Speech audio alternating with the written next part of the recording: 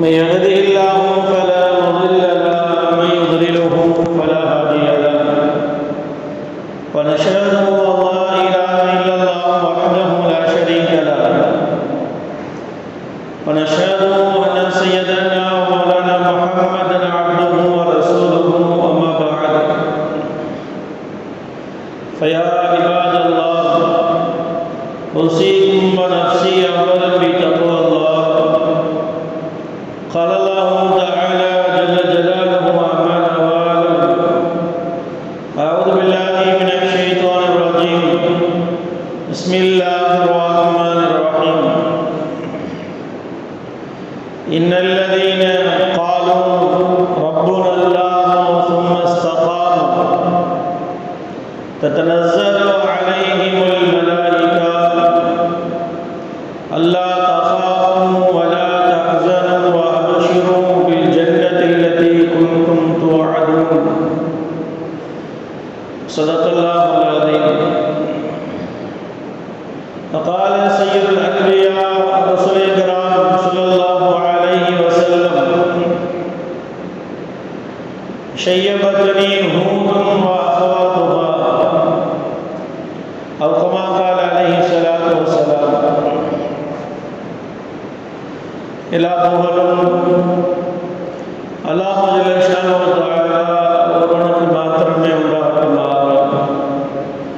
அந்த அல்லாஹ்வினுடைய கருணையும் அன்பும் அருமை நாயகம் முஹம்மது ரசூலுல்லாஹ் ஸல்லல்லாஹு அலைஹி வஸல்லம் அவர்களின் மீதும் அவர்களின் அருமை சஹாபாக்கள், தாபீன்கள், தபஅ தாபீன்கள், ஷுஹதாக்கள், சித்தீகீன்கள், வலிமார்கள், பாக்கியம் நிறைந்த ஜும்ஆவுடைய நாளில் வருகை தந்திருக்கக்கூடிய நம் அனைவரும் மீதும் அல்லாஹ்வினுடைய கருணையும் அன்பும் என்றென்றும் நீங்காமல் நம்மிடத்திலே வந்து சேரட்டுமாக. ஆமீன். அல்லாஹ் ஜல்ல ஷானஹு வ தஆலா அவனுடைய மிகப்பெரிய கிருபையினால், கருணையினால் மிக இலகுவாக ஈமானிய பாக்கியத்தை, ஈமான் கொள்ளக்கூடிய வாய்ப்பை, பிறக்கிற போதே இஸ்லாத்தை தழுவி கொடுக்கக்கூடிய நற்பேற்றை நமக்கெல்லாம் வழங்கியிருக்கிறான். அல்ஹம்துலில்லாஹ். திருக்குர்ஆனில் அல்லாஹ் சொல்வது போல், அல்லாஹ்வினுடைய அளப்பெரும் அருட்கொடைகளை நீங்கள் எண்ண முற்பட்டால் அதை ஒரு எண்ணிக்கைக்குள்ளே நீங்கள் கொண்டு வர முடியாத அளவிற்கு அளப்பெரும் அருட்கொடைகள் ஏராளமாக இருந்தாலும் தீனுல் இஸ்லாம் என்று சொல்லப்படக்கூடிய மாபெரும் அருட்கொடையை அல்லாஹ் ஸுப்ஹானஹு வ தஆலா அந்த தீனில் பிறக்கக்கூடிய, தீனின்படி வாழக்கூடிய பாக்கியத்தை நமக்கெல்லாம் தந்திருக்கிறார். சில பேர்களை நாம் பார்க்கிறோம், தேர்வின் அடிப்படையில் அவர்கள் இஸ்லாத்தை தேர்வு செய்கிறார்கள்.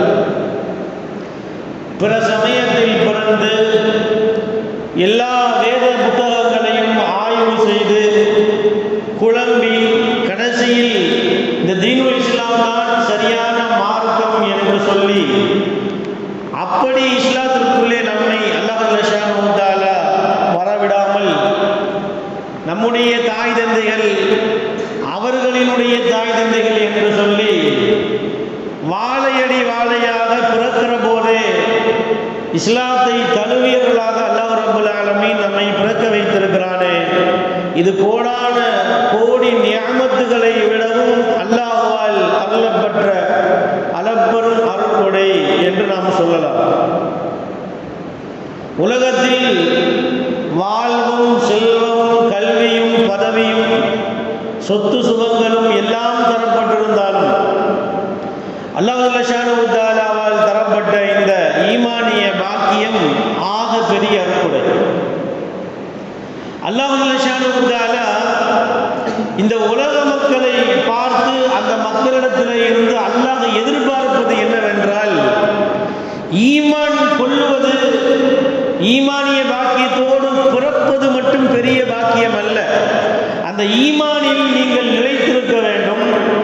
அந்த கொள்கை கோட்பாடில் நீங்கள் உறுதியாக இருக்க வேண்டும். உங்களுக்கு தரப்பட்டிருக்கக்கூடிய இஸ்லாம் ஈமானை நீங்கள் மிகப்பெரிய கனிமத்தாக அதை நீங்கள் பாதுகாத்துக் கொள்ள வேண்டும் என்பதைத்தான் அல்லாஹ் சுப்ஹானஹு வ தஆலா எல்லா மனிதர்களிடத்தில் இருந்தும் ரப்புல் ஆலமீன் எதிர்பார்க்கிறான். ஆனால் இந்த நவீன காலகட்டத்தில் அறிவியலும் விஞ்ஞானமும் வளர்ந்துவிட்ட இந்த காலத்தில் ஈமானிய பாக்கியம் கிடைத்தும் கூட அதில் ஒரு சில தளர்வுகள் பின்னடைவுகள் இன்றைக்கு ஏற்பட்டிருக்கிறது. அறிவியல் விஞ்ஞானம் எல்லாம் வந்ததற்கு பின்னால் ஒரு சந்தோஷமான செய்தியும் ஒரு துக்க செய்தியும் நடக்கிறது.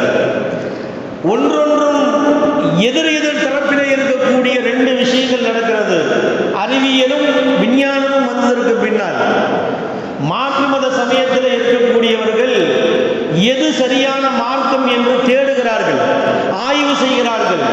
ஆய்வினுடைய முடிவில் தீனுல் இஸ்லாம் தான் சரியான மார்க்கம் என்று சொல்லி ஒரு பக்கம் மாற்று மத சமயத்தவர்கள் கொத்து கொத்தாய் கூட்டம் கூட்டமாய் இஸ்லாத்திற்குள்ளே வரக்கூடிய ஒரு நற்செய்தி இருந்தாலும், மறுபக்கம் இதே விஞ்ஞான வளர்ச்சியினுடைய இந்த காலகட்டத்தில் விஞ்ஞானம் வளர வளர வளர மனிதர்கள் யோசிக்க ஆரம்பிக்கிறார்கள். மன்னரை வாழ்க்கை அது உண்மைதானா? மறுமை என்பது உண்மைதானா?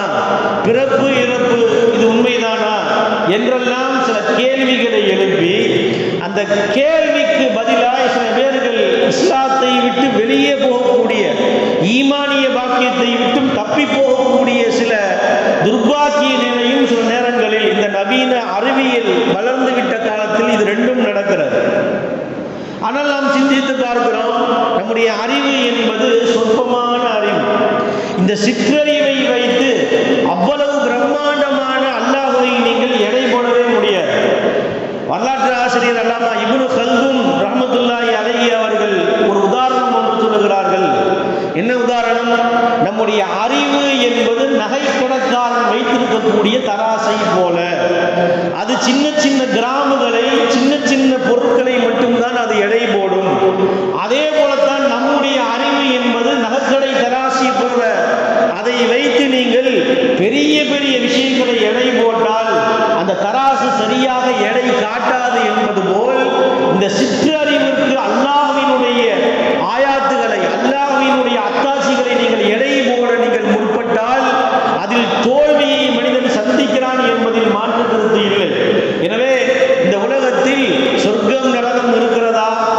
மன்னரை வாழ்க்கை உண்மைதானா? கடவுள் ஒன்று இருக்கிறாரா என்றெல்லாம் கேள்வி என்ற மனிதனினுடைய இந்த சிற்றறிவை வைத்து எந்த காலத்திலையும் சிந்திக்காமல் ஆமன்னா சல்லம்னா இறைவன் சொன்னான், அதை நான் அப்படியே ஏற்றுக்கொண்டேன், என்னுடைய சிந்தனைக்கு அது ஒத்து வந்தாலும் ஒத்து வராவிட்டாலும் அல்லாஹ்வின் மீது ரசூலின் மீது நான் ஈமான் கொண்டேன் என்று ஈமானில் உறுதியாக இருப்பதைத்தான் அல்லாஹ் சுப்ஹானஹு வ தஆலா இந்த மனிதர்களிடத்திலே இருந்து எதிர்பார்க்கிறார். இந்த மார்க்கம் என்பது சாதாரண மார்க்கம் அல்ல.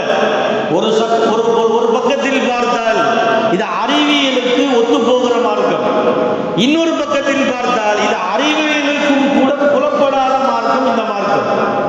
சில நேரங்களில் சில விஷயங்களை நாம் செய்வோம், அதற்குண்டான விஞ்ஞான பூர்வமான ஆதாரங்களும் ஆய்வுகளும் உள்ளுக்குள்ளே நிறைய கொட்டி கிடக்கிறது. மறுபக்கம் ஏன் இதை செய்கிறோம் என்றும் கூட தெரியாமல், சொல்லப்போனால் அறிவியல் உலகம் அதை எதிர்க்கும்.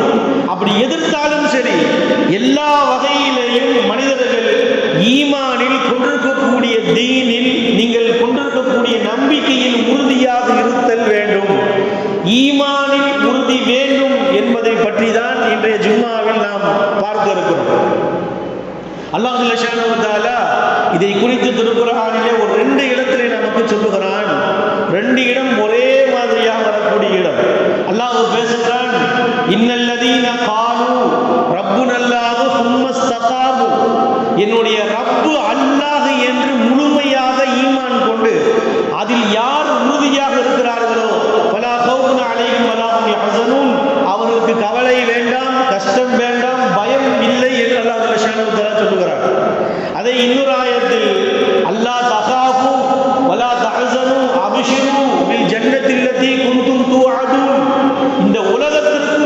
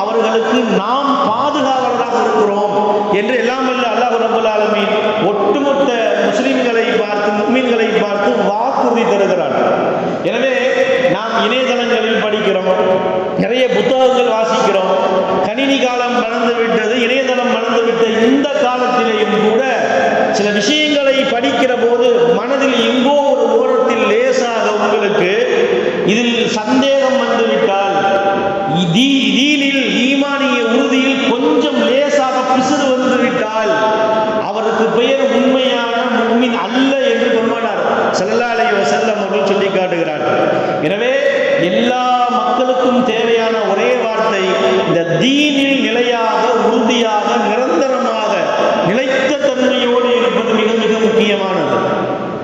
நபிகள் நாயகம் ஸல்லல்லாஹு அலைஹி வஸல்லம் அவரிடத்திலே போய் அருமை சஹாபாக்கள் கேட்டார்கள். தலைமுடி ஒன்றென்று முடி நிறைத்து விட்ட பெருமானாரை பார்த்து, அல்லாஹ்வின் தூதரே, என்ன உங்களுடைய முடி நிறைத்து போயிருக்கிறது? ஆம், என்னுடைய முடி நிறைத்து போயிருக்கிறது. என்ன காரணம் தெரியுமா? ஷையபத்னி ஹூதுன் வ அஹவாதுஹா.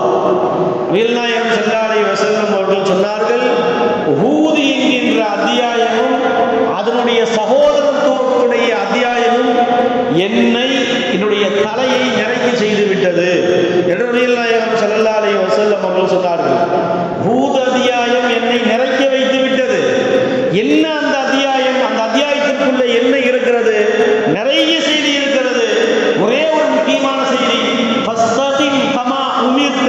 அல்லாஹ் சுப்ஹானஹு வ தஆலா ஹூதிலே சொல்லுகிறான், ஃபஸ்தகிம் கமா உமிர்த. நபியே, உங்களுக்கு எது உத்தரவிடப்பட்டதோ அந்த உத்தரவிடப்பட்டதில் நீங்கள் நிலைத்த தன்மையோடு நீங்கள் இருக்க வேண்டும். நபிகள் நாயகம் ஸல்லல்லாஹு அலைஹி வஸல்லம் அவர்கள் அல்லாஹ் சொன்ன இந்த உத்தரவுக்கு இணங்க நான் நிலைத்த தன்மையோடு இருப்பேனா, என்னால் இருக்க முடியுமா என்று நினைத்து நினைத்து என்னுடைய தலைமுடி நரைத்து போய்விட்டது என்று நபிகள் நாயகம் ஸல்லல்லாஹு அலைஹி வஸல்லம் அவர்கள் சொல்லியிருக்கிறார்கள். அலைபாயக்கூடிய மனம், குரங்கை போல தாவக்கூடிய மனிதனுடைய மனம் சில நேரங்களில் தீனுல் இஸ்லாத்தினுடைய செயல்பாடுகளை விட்டுவிட்டு மாற்று மத சமயத்தவருடைய செயல்பாடுகளை பின்பற்றப்படுகிற போது இந்த ஆயத்துகள், ஹதீசுகள் எல்லாம் நம்முடைய நினைவுக்கு வர வேண்டும். சுருக்கமாக தீனின் மீது, ஈமானின் மீது, கொள்கை கோட்பாடின் மீது மிக மிக பிடிவாதமாக இருக்கக்கூடிய தன்மைதான் எல்லா இஸ்லாமியர்களுக்கும் தேவையான தன்மை. முதலில் நபிகள் நாயகம் ஸல்லல்லாஹு அலைஹி வஸல்லம் அவர்கள் மக்களுக்கு மத்தியில் தங்களுடைய தௌஹீதினுடைய பிரச்சாரத்தை முன்வைத்த போது ஒரு குழு வந்து பெருமானார் ஸல்லல்லாஹு அலைஹி வஸல்லம் அவர்களிடத்திலே வந்து உங்களுடைய பிரச்சாரத்தை கைவிடுமாறு முதலில் பயம் காட்டினார்கள். பயம் காட்டியும் பெருமானார் ஸல்லல்லாஹு அலைஹி வஸல்லம் அவர்கள் பின்வாங்கவில்லை. அப்புறம் ஆசை காட்டினார்கள். உங்களுக்கு பதவி தருகிறோம், காசு வேண்டுமா காசு தருகிறோம், பணம் வேண்டுமா பொருள் எல்லாம் தருகிறோம், இந்த குறைஷி குலத்திலே இருக்கக்கூடிய ஆக அழகிய பெண்கள் யாரை வேண்டுமானாலும் நீங்கள் திருமணம் முடித்துக் கொள்ளலாம் என்று ஆசை வார்த்தை பேசினார்கள்.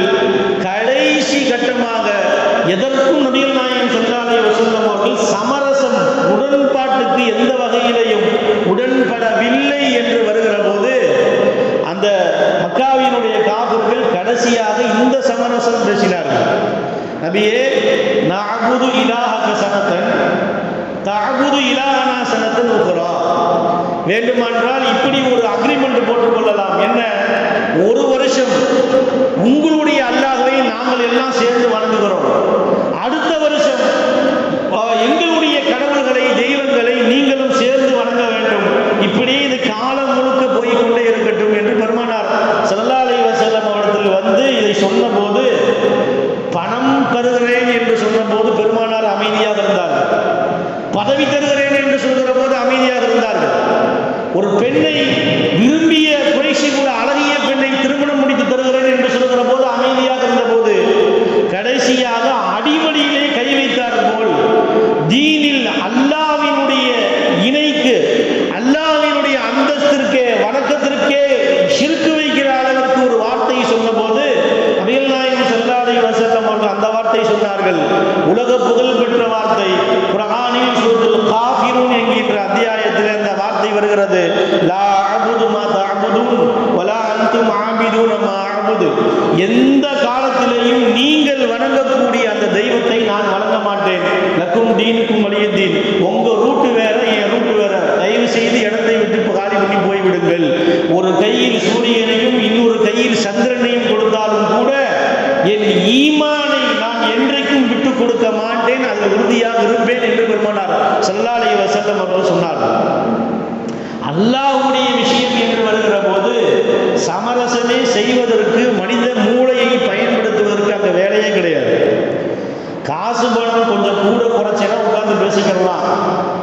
இடம் பற்றாக்குறையா உட்கார்ந்து பேசிக்கொள்ளலாம், வீடு பேசிக்கொள்ளலாம், உலகம் சார்ந்த கூடுதல் குறைவு எதுவாக இருந்தாலும் பரவாயில்லை, கொஞ்சம் தள்ளி உட்கார்ந்து கொள்ளலாம். ஆனால் அல்லாஹ்வுடைய விஷயம் என்று வருகிற போது சமரசமே வேண்டாம், நீங்கள் தயவு செய்து இந்த இடத்தை விட்டு போய்விடுங்கள், எந்த சமரசத்திற்கும் எந்த உடன்பாட்டிற்கும் நான் ஒத்து வர மாட்டேன் என்று பெருமானார் ஸல்லல்லாஹு அலைஹி வஸல்லம் அவர்கள் சொல்லியிருக்கிறார். அந்த வகையில் நாம் பார்க்கிற போது இந்த உலகத்தில் அருமை சஹாபாக்கள் அப்படி ஈமானிய உறுதியோடு வாழ்கிற காலமெல்லாம் இருந்தார்கள்.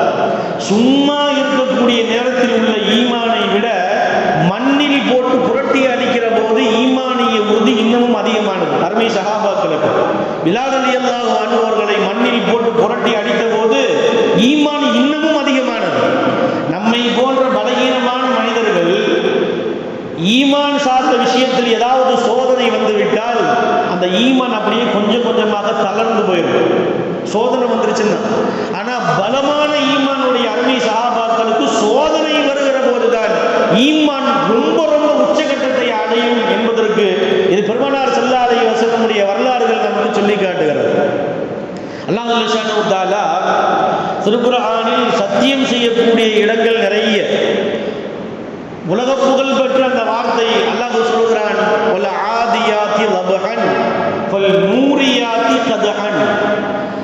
அல்லாஹ் ரப்பல் ஆலமீன் சத்தியம் செய்யக்கூடிய பல்வேறு விஷயங்களில் இது ஒரு செய்தி. என்ன செய்தி? குதிரையின் மீது அல்லாஹ் சத்தியம் செய்கிறான். மூச்சிறைக்கு ஓடக்கூடிய அந்த குதிரையின் மீது சத்தியம். அந்த குதிரை வேகமாக ஓடுகிற போது கால் குலந்து பாறையில் பட்டு தீப்பொறி கிளம்புகிறது, அந்த புழுதியின் மீது சத்தியம். இப்படி அல்லாஹ் ரப்பல் ஆலமீன் குதிரையின் மீது சத்தியம், குதிரையினுடைய அந்த புழுதியின் மீது சத்தியம் என்று ஒரு 5 சத்திய பிரமாணங்களை அல்லாஹ் ஜல்லஷானஹு வ தஆலா சொல்லி கடைசியாக ஒரு செய்தி சொல்கிறார். அதாவது இந்த ஆயத்திற்கு விளக்கம் எழுதக்கூடிய முஃபஸ்ஸிரீன்கள் விளக்கம் எழுதுகிறார்கள், அந்த குதிரைக்கு அந்த குதிரையினுடைய எஜமானர் ஒரு கொல்லும் எள்ளும் போட்டிருப்பார். ஒரு கொள்ளு போட்ட அந்த குதிரையினுடைய எஜமானருக்கு அந்த குதிரையினுடைய விசுவாசம், அந்த குதிரையினுடைய விடாப்படியான அந்த ஈமான் நம்பிக்கை எவ்வளவு தூரம் இருக்கிறது என்றால், பொதுவாகவே தீனி போட்டு வளர்த்த தன்னுடைய எஜமானுக்காக வேண்டி போர்க்களத்திற்கு போகிறோம் என்று தெரிந்தும் கூட அந்த குதிரை நெஞ்சை நிமிர்த்தி கொண்டு முன்னாலே போய் நிற்கும். போரில் போய் தன் உயிரை மாய்க்க போகிறோம் என்று தெரிந்தாலும் கூட அந்த குதிரை அல்லாஹ்வுக்காக வேண்டி எஜமானனுக்காக வேண்டி முன்னாலே போய் நிற்கும். இப்பேற்பட்ட நன்றி உள்ள ஒரு ஜீவராசி நாயை விடவும் குதிரை மேலானது என்று அல்லாஹ் முஃபஸ்ஸிரீன்கள் நமக்கு விளக்கம் எழுதுகிறார்கள். அந்த அடிப்படையில் ஒரு குதிரையினுடைய ஒரு கொல்லும் புல்லும் போட்ட ஒரு எஜமானினுடைய உயிரை காப்பதற்காக வேண்டி அவனோடு சேர்ந்து போர் செய்வதற்காக வேண்டி உயிரே போனாலும் பரவாயில்லை என்று சொல்லி ஒரு குதிரை மூச்சிறைக்க ஓடுகிறது அல்லவா, அந்த குதிரையின் மீது சத்தியமாக, அது கால் குழம்பிலிருந்து வரக்கூடிய தீப்பொறி புழுதியின் மீது சத்தியமாக அல்லாஹ் சொல்லிவிட்டு 5 சத்தியங்களுக்கு பின்னால் இன்னல் இன்சான லிரப்பிஹி லகனூத், ஆனால் நிச்சயமாக மனிதன் அல்லாஹ்வின் விஷயத்தில் அல்லாஹ்வுடைய விஷயத்தில் மாறு செய்யக்கூடியவனாக துரோகம் செய்யக்கூடியவனாக இருக்கிறான் என்று எல்லாம் அல்லாஹ் ரப்பல் ஆலமீன் சொல்லி காட்டுகிறார். அவ்வளவு தூரம் ஈமானில் எப்படி உறுதியாக இருக்க வேண்டும் என்பதற்கு உதாரணம் ஒரு குதிரையை அல்லாஹ் ரப்பல் ஆலமீன் குர்ஆனிலே உதாரணம் சொல்லி பேசுகிறார். அல்லாமா சுஃபியான் தௌரி ரஹிமஹுல்லாஹ் அவர்கள் ஒரு சமயம் தன்னுடைய மாணவர்களுக்கு மத்தியிலே அப்படியே அமைதியாக உட்கார்ந்து கொண்டிருந்த போது அருகாமையில் இருந்த மாணவர்கள் கேட்டார்கள், தகாஃபு மினல் துனூப் அல் தகாஃபு மினல் துனூப், நீங்களும் பாவத்தை நினைத்து அழுகிறீர்களா யா உஸ்தாத் அப்படின்னு கேட்டாங்க. அதற்கு சுஃபியான் தௌரி ரஹிமஹுல்லாஹ், என்னுடைய பாவம் என்பது ஒரு மணல், ஒரு கைப்பிடி மண்ணை எடுத்து காமித்து இவ்வளவுதான் என்னுடைய பாவம் இருந்தாலும் அல்லாஹ்வினுடைய ரஹ்மத்து விசாலமானது, ஆனால் நான் அதை நினைத்து அழுகவில்லை. நான் பயப்படுவதும் நான் அழுகுவதும் அகாபு, நான் பயப்படுகிறேன் ஐ யுசீப மின் எதில் ஈமான், என்னுடைய எதில் ஈமான், அதாவது என்னுடைய ஈமான் என் கையை விட்டு போய்விடுமோ என்று அஞ்சுகிறேன் என்று சொன்னார்கள். காலம் முழுக்க அல்லாஹ்வை பற்றி பேசியவர்கள், காலம் முழுக்க தொழுகையை விடாப்படியாக கடைபிடித்தவர்கள், அந்தஸ்தில் இருந்தவர்களும் கூட வாழுகிற காலமெல்லாம் ஈமானோடு இஸ்லாமோடு அதில் இருப்பது பெரிதல்ல, அதே நிலைத்த தன்மையோடு ஈமானிய உறுதியோடு என் மௌத்து வர வேண்டும், அதை நினைத்து நான் அழுகிறேன் என்று சொல்கிறார். திருக்குர்ஆனில் அல்லாஹ் சுப்ஹானஹு வ தஆலா 28 இடங்களில் இப்ராஹிம் அலைஹிஸ்ஸலாம் அவர்களை ஹனீஃபன் என்று பேசுகிறார். ஹனீஃபன் என்றால் கொஞ்சம் கூட கலப்படம் இல்லாமல் பியூரான ஒரு முஸ்லிம், ஒரு முஃமின் இப்ராஹிம் அலைஹிஸ்ஸலாம் என்று வருகிற போது அந்த இப்ராஹிம் அலைஹிஸ்ஸலாம் அல்லாஹ்ட்ட துஆ செய்கிறார்கள், யா அல்லாஹ், என்னுடைய ஹிதாயத்திற்கு பின்னால் நான் வழி தவறி போவதை நான் பயப்படுகிறேன், அதை விட்டும் என்னை பாதுகாப்பாயாக என்று துஆ செய்திருக்கிறார்கள். அப்படி என்றால் சாமானியனாக இருக்கக்கூடிய நாம் எவ்வளவு தூரம் இறைவனிடத்தில் நாம் மன்றாட வேண்டும், ஈமான் உறுதிக்காக வேண்டி இறைவனிடத்தில் கேட்க வேண்டும் என்பதை சிந்தித்து பார்க்கிறோம். திருக்குர்ஆனில் ஹதீஸில் இப்படி நிறைய செய்திகள் இடம்பெற்றிருக்கிறது. குறிப்பாக நாம் பார்க்கிறோம் தலாயிலுன் நுபுவா லில் பைஹகி, பைஹகி இமாமினுடைய தலாயிலுன் நுபுவா என்கிற ஹதீஸ் கிரந்தத்தில் ஒரு செய்தி ஒன்று பதிவு செய்யப்படுகிறது. சில சஹாபி வாழ்க்கையில், சஹாபியத்தான பெண்மணிகளுடைய வாழ்க்கையில் சில வரலாறுகளை படிக்கிற போது சர்வ சாதாரணமாக கடந்து விட்டு மற்றவர்களை போவது போல இவர்களை கடந்து விட்டு போக முடியவில்லை. ரணங்களை நம்முடைய நெஞ்சில் ஏற்படுத்தக்கூடிய அளவிற்கு ஈமானில் உறுதியாக இருந்தவர்கள் வாழ்ந்து மரணித்திருக்கிறார்கள். அதில் ஒரு மிகப்பெரிய ஒரு பெண்மணி தான் உம்மு ஷுரைக் அல்லது உம்மு ஷரீக் என்கின்ற ஒரு சஹாபியத்தான பெண்மணி.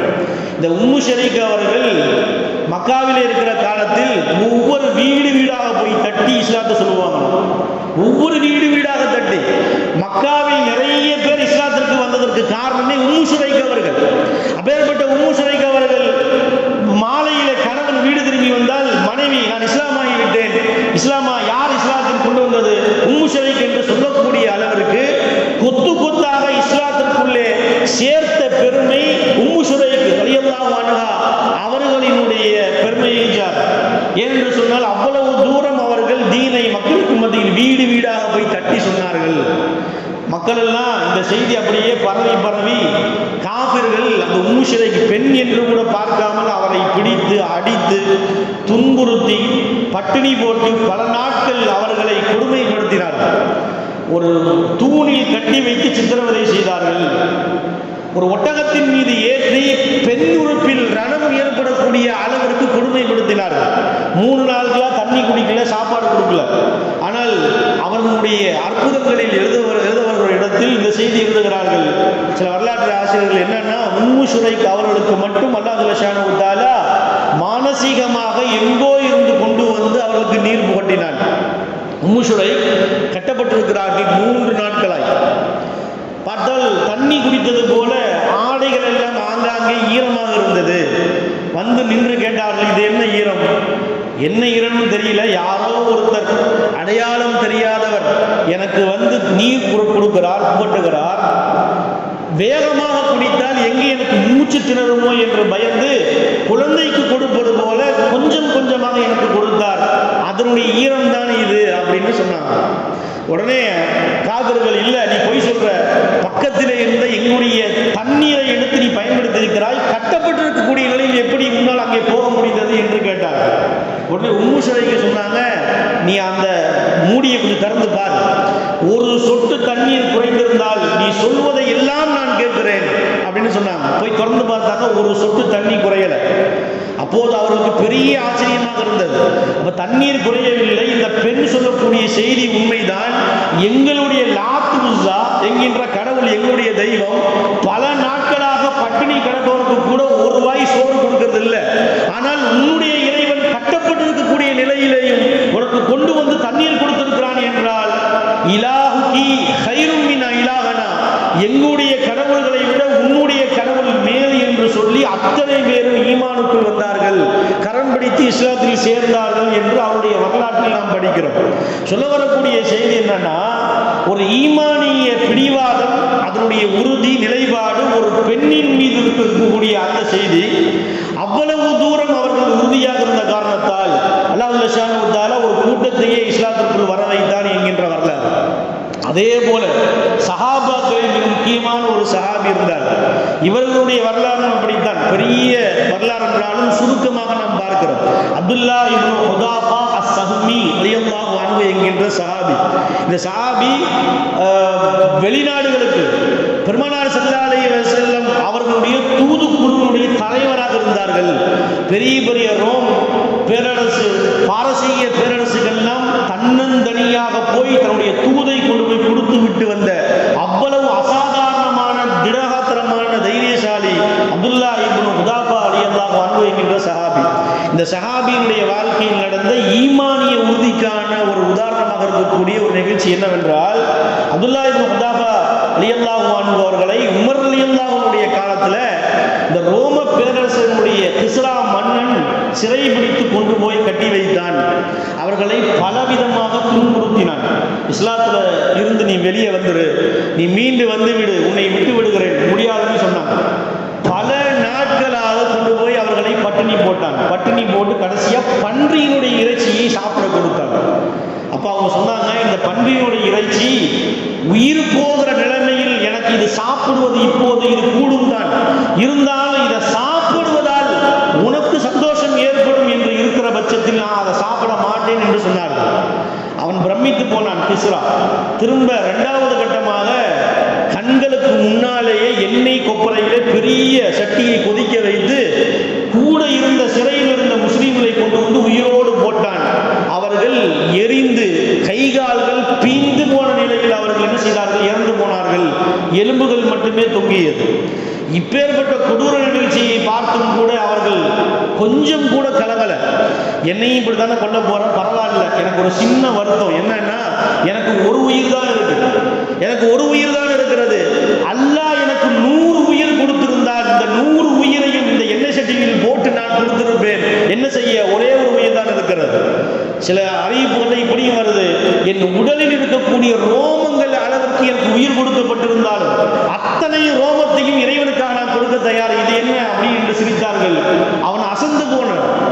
மூன்றாவது கட்டமா ஒரு வேலை செய்தான். அழகிய பெண்ணை அரைகுறை ஆடைகளோடு கொண்டு வந்து அவர்களுடைய சிறையிலே கொண்டு வந்து தள்ளிவிட்டான். இரவு முழுக்க அந்த பெண் சிறையில் இருந்தாள்.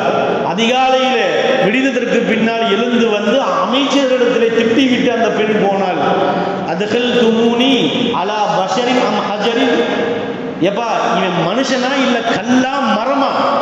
இரவு முழுக்க அவனோடு நடந்திருக்கிறேன், இவன் மரமாக இருப்பானோ இல்ல கல்லாக இருப்பானோ, மனுஷனா இல்லையா அப்படின்னு அந்த பெண் திட்டி விட்டு போனால், சரி வேற வழியே இல்லாம அந்த கிஸ்ரா ஒரு வேலை செய்தான். உனக்கு எதுவுமே நான் சொல்லல, ஒன்றே ஒன்று சொல்லுகிறேன், என் நெற்றியில் மட்டும் முத்தமிட்டு விடு, நான் உன்னை விட்டு விடுகிறேன். அதுவும் முடியாது. சரி, உன்னோடு ஈமான் கொண்ட 80 பேர்களை நான் ரிலீஸ் பண்றேன், என் நெற்றியில் ஒரு முத்தமிடு. அவர்கள் சொன்னார்கள், வணக்கம் என்கின்ற ரீதியில் இல்லை, ஒரு மரியாதை என்ற ரீதியில் வேண்டுமானால் ஒரு நெற்றியில் நான் முத்தமிடுகிறேன் என்று சொல்லி மற்ற முஸ்லிம்களை விடுவிப்பதற்காக வேண்டி கிஸ்ராவினுடைய நெற்றியில் முத்தமிட்டு 80 பேர்களை சிறையிலே இருந்து விடுவித்து மதீனாவுக்கு கூட்டிக் கொண்டு போனார்கள். பார்த்த உமர் ரலியல்லாஹு அன்ஹு அவர்கள் கட்டி அணைத்து நெற்றியிலே முத்தமிட்டு, இந்த அப்துல்லா இப்னு ஹுதாஃபா ரலியல்லாஹு அன்ஹுடைய நெற்றியில் இனிமேல் வரக்கூடிய எல்லா முஸ்லிம்களும் முத்தமிடுவது கடமை என்று நான் சொல்கிறேன், இதை நான் முதலில் செயல்படுத்துகிறேன் என்று சொல்லி உமர் ரலியல்லாஹு அன்ஹு அவர்கள் அப்துல்லா இப்னு ஹுதாஃபா ரலியல்லாஹு அன்ஹுடைய நெற்றியிலே முத்தமிட்டார்கள் என்று வரலாறுகளை நாம் படிக்கிறோம். இப்படி ஈமானியினுடைய உச்சகட்டமாக இன்றைக்கு நாம் சின்ன சின்ன விஷயங்களுக்காக வேண்டி ஈமானை விடுவது, இஸ்லாத்தினுடைய சில பகுதிகளை விடுவது, சரி பரவாயில்ல இதுதானே என்று விடுவதல்ல. உயிர் போகட்டும், காசு பணம் போகட்டும், பதவி போகட்டும், கல்வி போகட்டும், ஈமான் மட்டும் எந்த காலத்திலையும் போகவே கூடாது நம்மை விட்டு. அது பெரிய சொத்து. இன்றைக்கும் யூடியூப்ல ஒரு வீடியோ இருக்கு. என்ன வீடியோன்னு சொன்னா, நீங்கள் போய் பாருங்கள், அரபியில் பேசக்கூடிய வீடியோ தான், ஆனாலும் பார்க்கிற போது பெரிய பிரமிப்பாக இருக்கிறது. என்ன வீடியோ என்று சொன்னால், சவுதி போன்ற நாடுகளில் பெரும் குற்றங்கள் செய்துவிட்டால் பழிக்கு பழி, கொலைக்கு கொலைதான். ஒரு குடும்பத்தை சார்ந்த 3 பேரை ஒரு இலங்கைக்காரர் கொலை செய்து விட்டார். அவருக்கு மரண தண்டனை கொடுக்கக்கூடியவர், அதாவது அந்த கழுத்தை வெட்டக்கூடிய ஆள், அவர் பேட்டி கொடுக்கிறார். நான் இதுவரை 140 தலைகளை வெட்டி இருக்கிறேன். இந்த 140 தலைகளை வெட்டக்கூடிய இடத்தில் ஒரே ஒரு மனிதனுடைய அந்த அசாதாரணமான நம்பிக்கையை பார்த்து நான் பிரமித்து போனேன். ஆனா உண்மையிலேயே அவன் ஹக்கில சத்தியத்துல இல்ல, அசத்தியத்தில் இருக்கக்கூடியவனுடைய நம்பிக்கை என்று அவர்கள் பேசுகிறார்கள். அசத்தியத்தில் இருப்பவன் எப்படி இவ்வளவு தூரம் ஈமானிய அவனுடைய மார்க்கத்தில் உறுதியாக இருக்க முடியும் என்று நான் பிரமித்து போனேன் என்று அவரே பேட்டி கொடுக்கக்கூடிய வீடியோ இன்றைக்கும் யூடியூப்ல இருக்கிறது. அவர் சொல்லுகிறார், அந்த இலங்கை நாட்டை சார்ந்த அவர் 3 பேரை கொலை செய்து விட்டார்.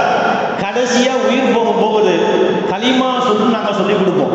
லா இலாஹ இல்லல்லாஹ் முஹம்மது ரசூலுல்லாஹ் கலிமா சொல்லுன்னு சொல்லுவோம்.